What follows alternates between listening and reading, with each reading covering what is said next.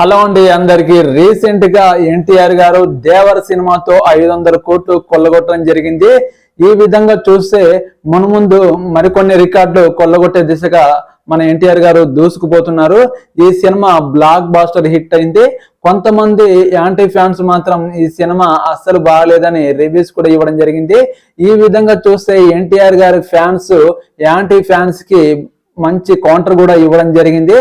మీకు నచ్చకపోతే నచ్చనట్టు ఉండండి, వెనక ముందు మూసుకొని ఈ సినిమా చూడండి, అంతేగాని బ్యాడ్ రివ్యూలు ఇవ్వకండి అని కౌంటర్ కూడా ఇవ్వడం జరిగింది.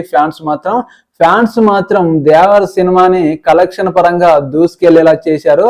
ఫ్యాన్స్ తో పాటు మిగతా పబ్లిక్ కూడా ఈ సినిమా చూడడం వల్ల ఈ సినిమా కలెక్షన్ లో మంచి 500 కోట్లు కొల్లగొట్టడం జరిగింది.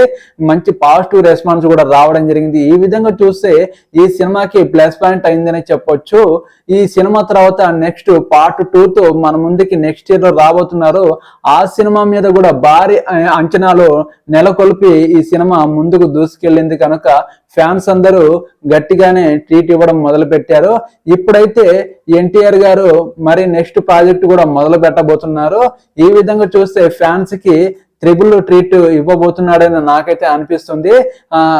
ప్రశాంత్ నీల్ ఉన్నాడు కదా, కేజీఎఫ్ డైరెక్టర్ ప్రశాంత్ నీల్తో సినిమా అనౌన్స్మెంట్ కూడా చేయడం జరిగింది.